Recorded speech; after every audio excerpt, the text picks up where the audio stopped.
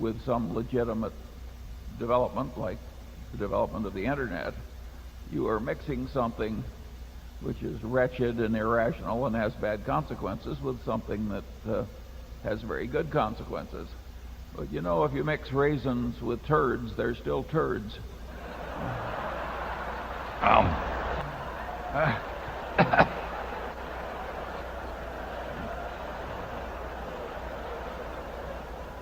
That's why they have me write the annual report.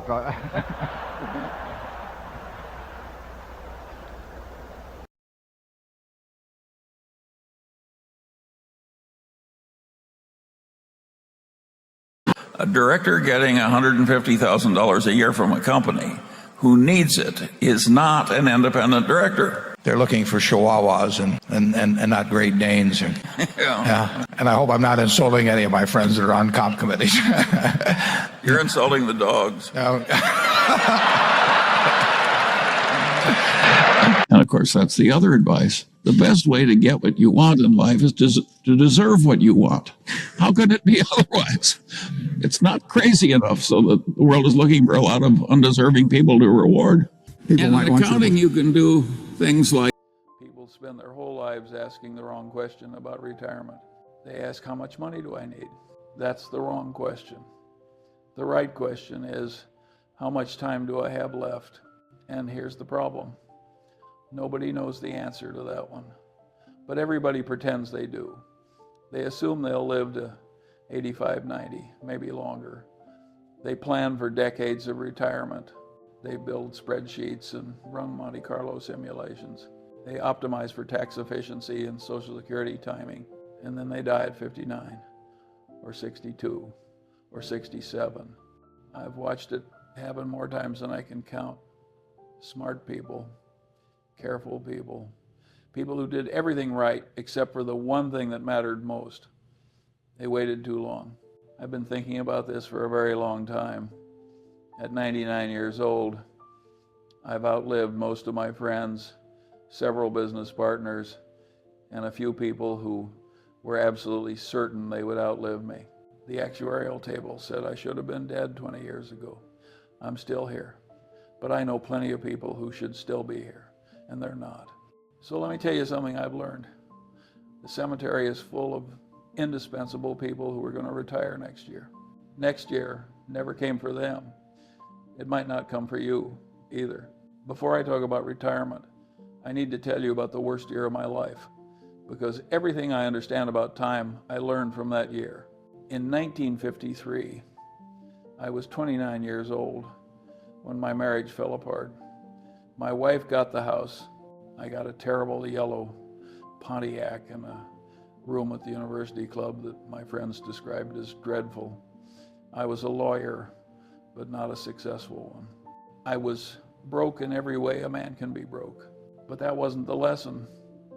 That was just the setup.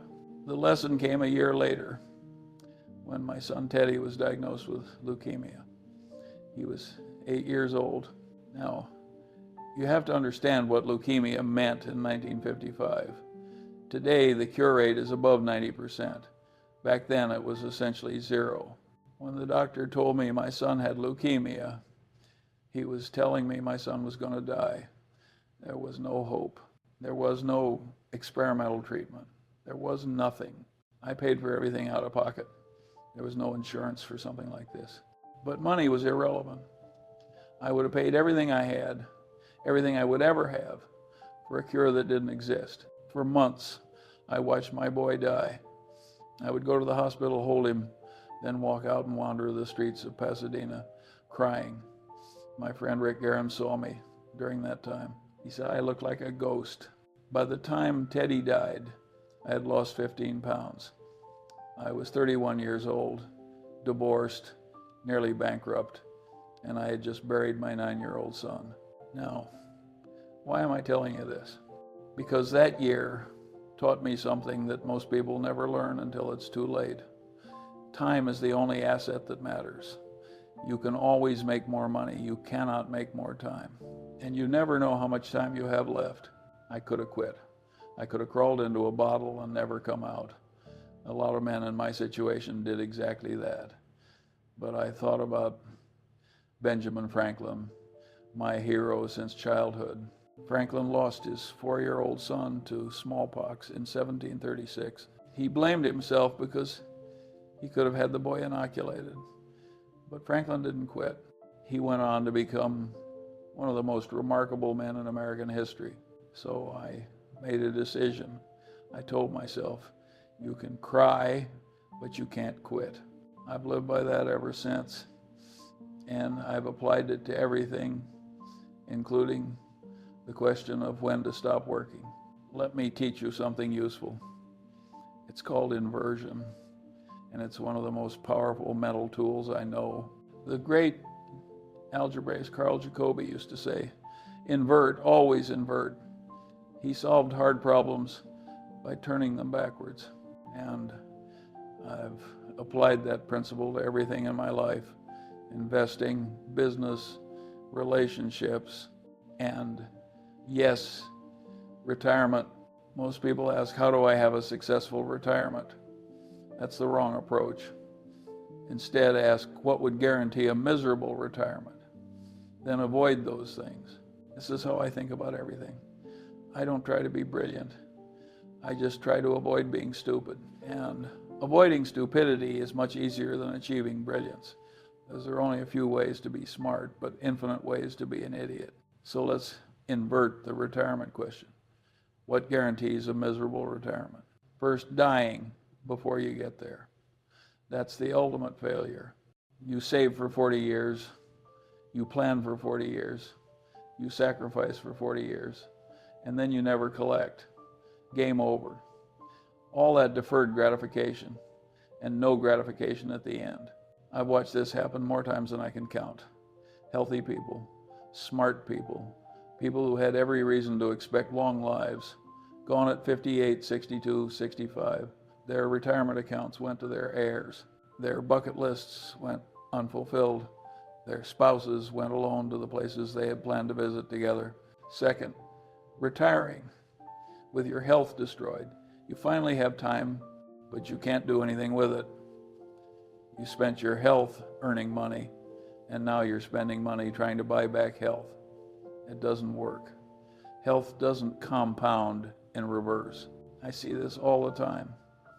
Men who worked 80-hour weeks for 30 years planning to enjoy retirement, and then they can't play golf because their back is ruined. They can't travel because they can't walk through an airport. They can't enjoy their grandchildren because they can't get on the floor to play. Third, retiring with no idea what to do. You spent your whole life with structure, meetings, deadlines, projects. Suddenly, you have nothing but empty days. Most people handle this terribly. They sit in front of the television and slowly decay. The human mind needs problems to solve.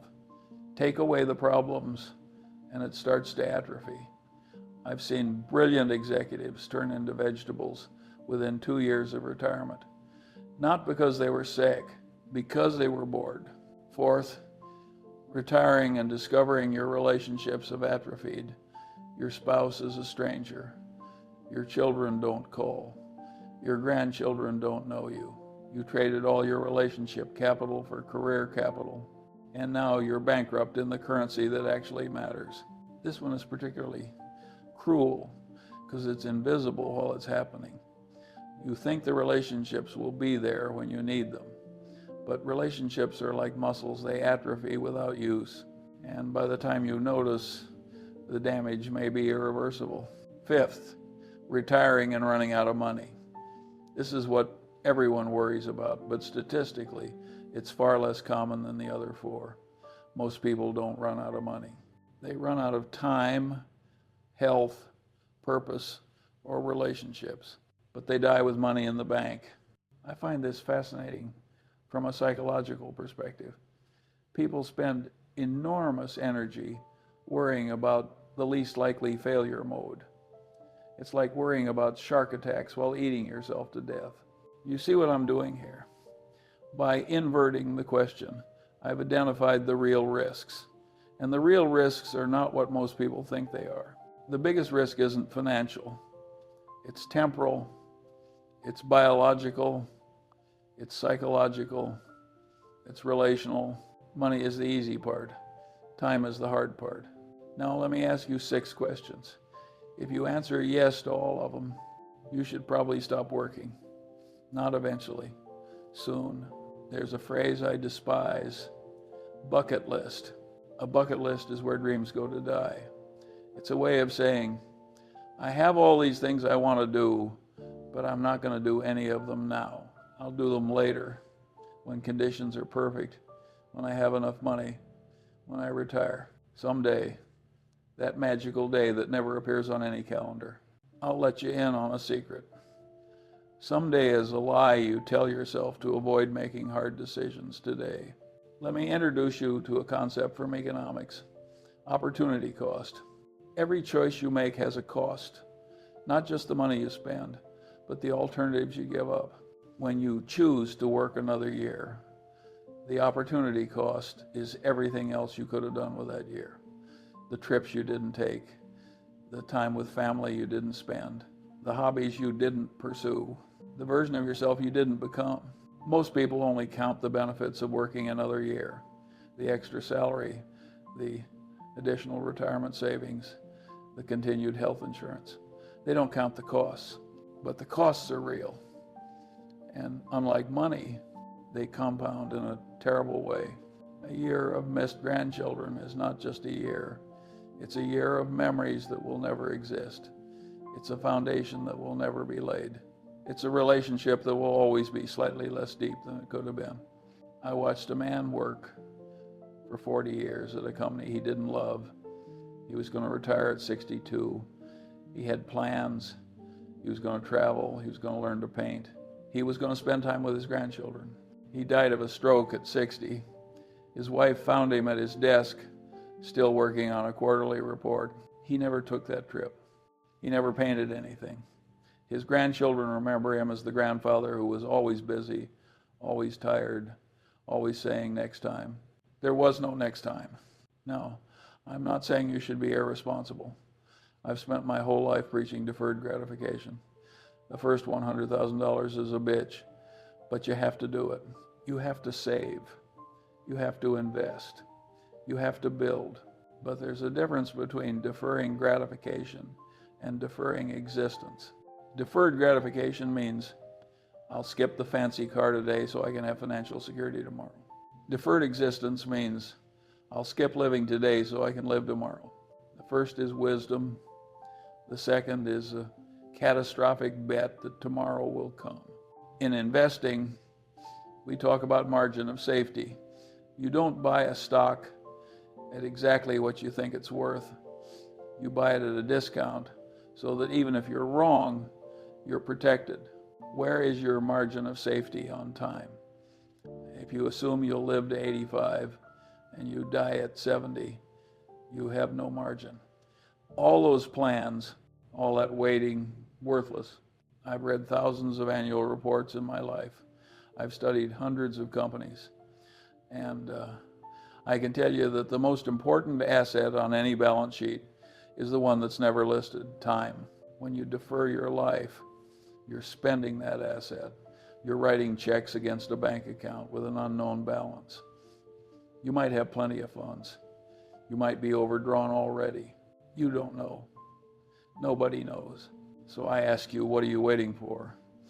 And is the waiting itself costing you more than whatever you're waiting for? Let me tell you about compound interest. Everyone knows it works for money.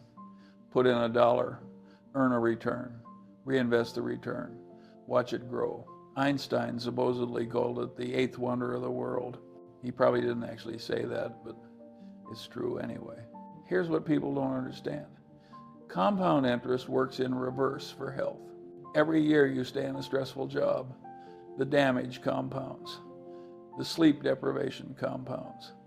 The missed workouts compound. The stress hormones compound. The sitting compounds. The bad eating compounds. And unlike money, you can't recover health at a 10% annual rate. The compounding is asymmetric. It's easy to lose health, hard to regain it. I had a knot in my shoulder for 30 years from using a computer mouse. I lost an eye to a botched surgery in 1978. I've had more health problems than I care to discuss, but I was lucky. I could afford the best doctors. I had control over my schedule, and I had work that I found mentally stimulating rather than depleting. Most people aren't so lucky. A man wrote to me once, or rather, he wrote somewhere on the internet, and someone showed it to me. And he said he lost 20 pounds in 2 months after announcing his retirement. 20 pounds. Not from dieting, not from exercise, just from the stress leaving his body. That weight wasn't fat. It was cortisol. It was inflammation. It was his body screaming at him for years and him refusing to listen. Another person said that after retiring, the arthritis that had bothered them for years suddenly improved.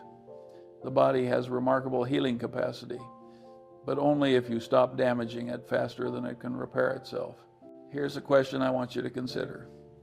If you were a machine, would you treat yourself the way you currently treat yourself? If your car was making strange noises, leaking fluid and running rough, would you say, I'll deal with it after I finish this project? I'll deal with it next quarter. I'll deal with it when I retire. No, you'd take it to a mechanic before the engine seizes. Your body is not a car. You can buy a new car. You cannot buy a new body. No amount of money fixes a destroyed body. I've seen billionaires who would trade everything they have for the health of a middle-class 40-year-old. They can't make that trade. Nobody can. So I ask you, what is your body telling you? And how much longer can you afford to ignore it? Question 3, can you reduce your work? Before I answer this, let me tell you about how Warren and I actually worked. We didn't have jobs in the traditional sense. We owned our time. If Warren wanted to spend a week reading annual reports, nobody was going to fire him.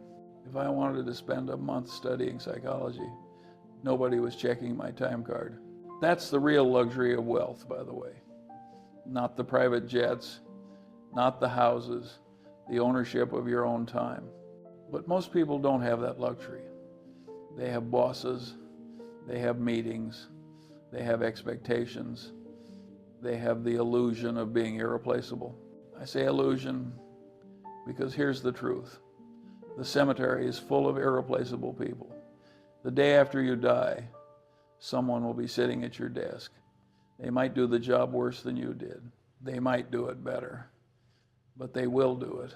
So when people tell me they can't reduce their work, I'm skeptical. What they usually mean is, I'm afraid to reduce my work. I'm afraid of what my boss will think. I'm afraid of falling behind. I'm afraid of being seen as less committed. Fear. It always comes back to fear.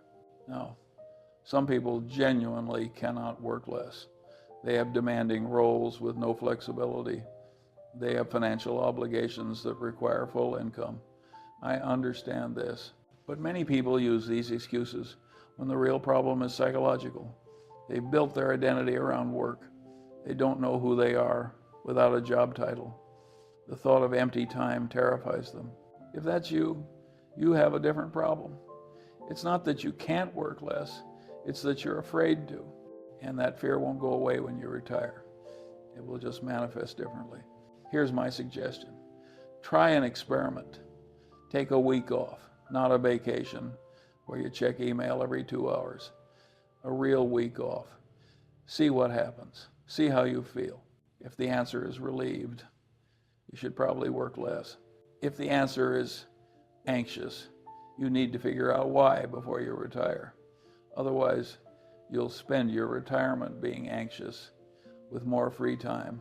And if you truly cannot work less, if your job genuinely doesn't allow it, if your industry doesn't permit it, if your boss won't hear of it, then you need to ask yourself a harder question. Should you be working at all? Because a job that won't let you live isn't a job. It's a prison with a paycheck. And the warden doesn't care if you die in the cell. Question 4. Do you want more time with family? After Teddy died, I could have retreated from family. A lot of men do that after losing a child. They can't bear the pain, so they build walls. They become emotionally absent. They protect themselves by refusing to love fully again. I did the opposite. I remarried. I had more children. Eventually, I helped raise 8 kids, 6 of my own, 2 stepchildren. I never made any distinction between them. Why? Because I learned something when Teddy died. I learned that love is not a limited resource you have to protect. Love is a muscle. The more you use it, the stronger it gets. Every summer, the whole family would gather at Star Island in Minnesota, not because I had to be there, because I wanted to be there, because that's what life is actually for. Let me teach you another concept: relationship capital. In business, we talk about financial capital, human capital, intellectual capital. But there's another form of capital that most people ignore until it's too late: relationship capital. Relationship capital is the accumulated investment in your connections with other people. It's built slowly through thousands of small interactions: a dinner here, a phone call there, showing up when it matters, being present when it's inconvenient. And just like financial capital, relationship capital compounds. A strong relationship at 40 becomes an even stronger relationship at 50, which becomes an unshakable bond at 60. But there's a catch. You can't build relationship capital from an office. Warren and I used to joke about the billionaires who spent all their time acquiring money and none of it with their families.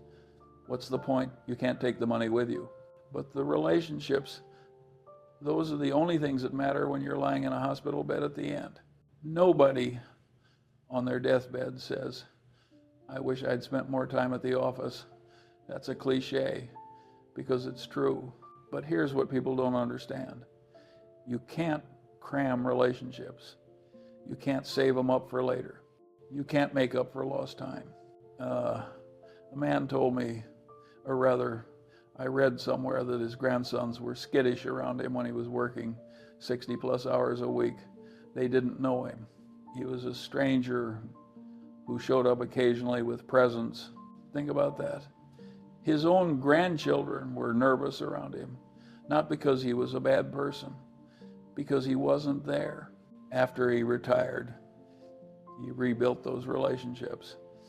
But he had missed years he could never get back. His grandchildren's first steps, first words, first days of school. He wasn't there. He was at the office doing something he can't even remember now. This is what economists call opportunity cost applied to relationships. Every hour you spend at work is an hour you're not spending with the people who love you. That's obvious. What's less obvious is that some opportunities expire. Your children will only be young once. Your parents will only be alive for so long. Your spouse will only have so much patience. Your own body will only be capable of certain activities for a certain number of years. These are not renewable resources. When they're gone, they're gone. A woman wrote about her husband who died at 59. He had saved his whole life but never got to retirement. But she added something important. Thankfully, he had the wisdom to marry me, and I made him live. We traveled, we had kids, we camped. She forced him to build relationship capital even while he was working. She dragged him on vacations. She insisted on family dinners. She didn't let him become a stranger in his own home. That's the only reason he had a life worth remembering. Because someone else made sure he invested in relationships, even when his instinct was to invest only in his career. So I ask you, who are you neglecting? And what will you have left when you finally have time for them? Question 5. Do you know what you'll do? This is where most people fail at retirement. They spend decades dreaming about freedom. And then when they get it, they have no idea what to do with it. They sit on the couch, they watch television, they slowly lose their minds. I've seen it happen to brilliant people. Executives who ran billion-dollar divisions reduced to watching game shows. Engineers who designed revolutionary products spending their days arguing with strangers on the internet, doctors who saved lives now unable to get out of bed before noon. The problem isn't retirement. The problem is purposelessness. Let me tell you something about the human mind. It's a problem-solving machine. That's what it evolved to do. Find problems, solve problems, repeat. When you take away the problems, the machine doesn't rest. It turns on itself. It creates problems where none exist. It worries. It ruminates. It decays. This is why so many retirees develop depression, anxiety, cognitive decline. It's not because retirement is inherently bad. It's because they retired from something without retiring to something. Let me tell you what I did with my time. I read. I read constantly. My children joked that I was a book with a couple of legs sticking out. Warren reads 500 pages a day.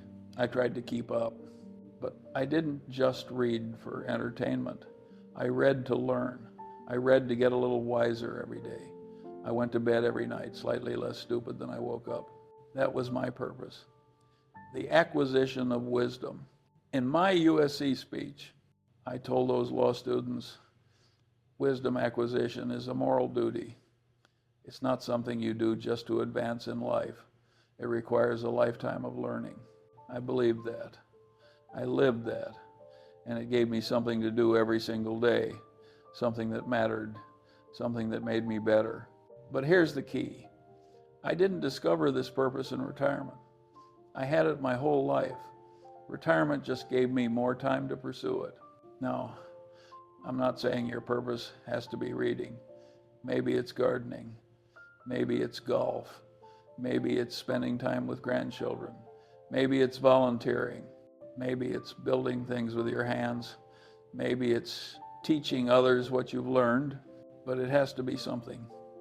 You cannot retire to nothing. Here's a useful test. Take out a piece of paper. Write down what you'll do on a typical Tuesday in retirement, not a vacation Tuesday, a regular, ordinary Tuesday. If you can't fill the day with things that give you energy and meaning, you're not ready to retire. You're just ready to quit. And quitting isn't the same thing. One man I read about had what he called missions instead of goals. Goals are for accumulation, he said. Missions are for living. His missions were simple. Exercise daily. Spend time with friends and family. Listen to their problems. That's not complicated, but it's purposeful. It's intentional. It's a life designed rather than a life defaulted into. Here's another way to think about it.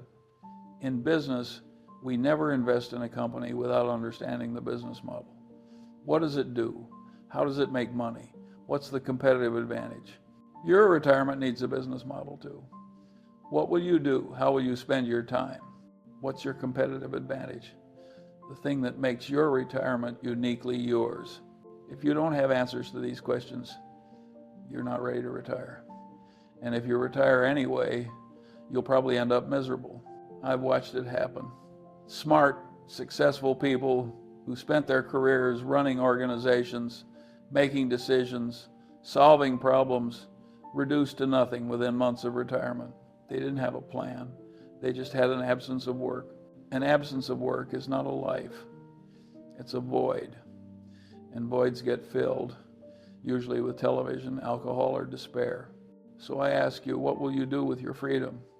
And if you don't know, why are you in such a hurry to get it? Question 6, can you afford it? Now we come to the question everyone asks first, but should ask last. Can you afford to retire? I put this question last for a reason. Most people use money as an excuse to avoid answering the other 5 questions. They say, I'd love to retire, but I can't afford it. And then they never actually check whether that's true. Let me tell you about my philosophy on money. I wanted to be rich. I never hid that. But I didn't want to be rich so I could buy Ferraris. I wanted independence. I wanted to control my own time. I wanted to never have to do something I disagreed with because I needed the paycheck. That's a very different goal than having a lot of money. Warren and I lived in the same houses for decades. Our friends got rich and built mansions. We didn't. My house was nice enough. It didn't need to be a monument to my net worth. A woman I read about retired at 55 on a teacher's pension. She's visited 67 countries since then. 67 countries on a teacher's pension. Another man retired with what he calls small savings and 2 pensions. He says he lives frugally and enjoys life. He's not rich by any measure, but he's not working and he's happy. Meanwhile, there are people with $10 million who are afraid to retire. They run the numbers over and over. They worry about inflation. They worry about market crashes. They worry about healthcare costs. And while they're worrying, they're dying day by day, hour by hour. Here's what I've learned about money and retirement. Most people need less than they think. They overestimate their expenses because they're used to a lifestyle that work enables: the commuting costs, the professional wardrobe, the expensive lunches, the stress eating, the retail therapy. When you stop working, many of those expenses disappear. They underestimate their adaptability. Humans are remarkably good at adjusting to circumstances. If you have to live on less, you'll figure out how. You'll move somewhere cheaper. You'll find free entertainment. You'll discover that most of the things you bought didn't make you happy anyway. And they dramatically overestimate the probability of worst-case scenarios. Yes, the market could crash 50% the day after you retire. Yes, you could have a major health expense. Yes, inflation could spike, but you could also die next year. And then all that worrying was worthless. Here's my suggestion. Run the numbers honestly, not pessimistically, not optimistically, honestly. What do you actually spend each month? What will you spend in retirement, accounting for the changes in lifestyle? What income will you have? If the numbers work, stop making excuses. If they don't work, figure out what you need to change and then change it. The biggest financial risk isn't running out of money. It's being the richest person in the cemetery. I've never visited a tombstone that listed someone's net worth, and I've visited a lot of tombstones. The real question. We've covered 6 questions. 1, are you deferring your life? 2, is your health declining? 3, can you reduce your work? 4, do you want more time with family? 5, do you know what you'll do? 6, can you afford it? If you answered yes to all 6, I want you to hear something clearly. What are you waiting for? I know what you're waiting for. You're waiting for certainty. You're waiting for the perfect moment. You're waiting for someone to give you permission. Here's your permission from a 99-year-old man who has seen more than most. There is no perfect moment. There is no certainty. There is only now. Let me tell you something about certainty. I've spent my entire career making decisions under uncertainty. Every investment I ever made was a bet on an uncertain future. Every business decision was a guess about what would happen next. Every partnership was an act of faith that the other person would do what they said. You know what I learned? The people who wait for certainty never act. And the people who act despite uncertainty are the ones who build something worth having. Retirement is no different. You will never have perfect information. You will never know exactly how long you'll live, exactly what your expenses will be, exactly how the markets will perform, exactly what your health will do. You are making a decision in the fog of uncertainty. That's okay. That's life. The alternative, waiting for the fog to clear, is just another way of dying at your desk. When Becky Quick asked me about my approach to life, I told her about my soldier-on system. Hardship will come. You handle it by soldiering through, and rare opportunities will come. You have to recognize them and not make too small a trip to the pie counter when the opportunity is there. Retirement, for many of you, is the pie. It's sitting right there, and you're standing in front of it, calculating, worrying, hesitating. Take the pie. Let me tell you one more thing about Teddy. When he died in 1955, leukemia was a death sentence. There was nothing anyone could do. I watched my son die knowing that all the money in the world couldn't save him. I would have given everything, every dollar, every investment, every business to save him, and it wouldn't have mattered. Today, the cure rate for childhood leukemia is over 90%. If Teddy had been born 40 years later, he would probably still be alive. He'd be in his 70s now. He might have grandchildren. He might be sitting next to me, listening to me give this advice. I think about that sometimes. What would Teddy have become? What would he have done with his life? Would he have been an investor, a doctor, a teacher? I don't know. I'll never know. That's the cruelest part. Not just the loss, but the wondering. But I know what Teddy would tell me if he could. He would tell me what I'm telling you now. Don't waste it. Don't postpone it. Don't assume you have time, because you don't know. Nobody knows. That's what progress looks like. That's what civilization has accomplished. And I got to watch it happen. I got to see medicine advance, technology transform, the world become something unrecognizable from my childhood. I got to see it because I lived, because I didn't quit, because I soldiered on. But I also got to see it because I didn't waste the time I had. After Teddy died, I could have spent the rest of my life grieving. Instead, I remarried, had more children, built businesses, read thousands of books, learned everything I could about how the world works. I didn't defer my life. I lived it. And when I look back, which at 99 I do quite often, I have very few regrets. Not because everything went well. It didn't. I lost a child. I lost an eye. I lost my first marriage. I made plenty of investment mistakes. Some businesses failed. Some relationships ended badly.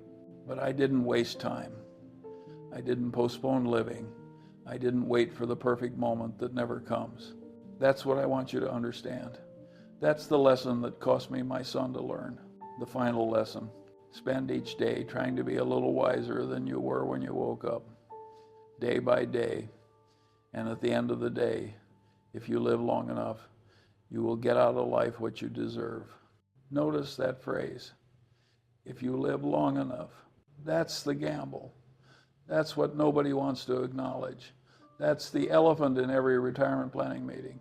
Every day you go to a job you don't love, you're betting that you'll have time later to do the things you do love. Every year you postpone retirement, you're betting that next year will come. Maybe it will, maybe it won't. I beat the odds. I made it to 99, but I didn't plan on it. I didn't assume it. I just lived each day as if it mattered, because it did, because it does, because every day matters. You can cry, but you can't quit. You can grieve, but you can't defer. You can be afraid, but you can't let the fear make your decisions for you. This is what I know.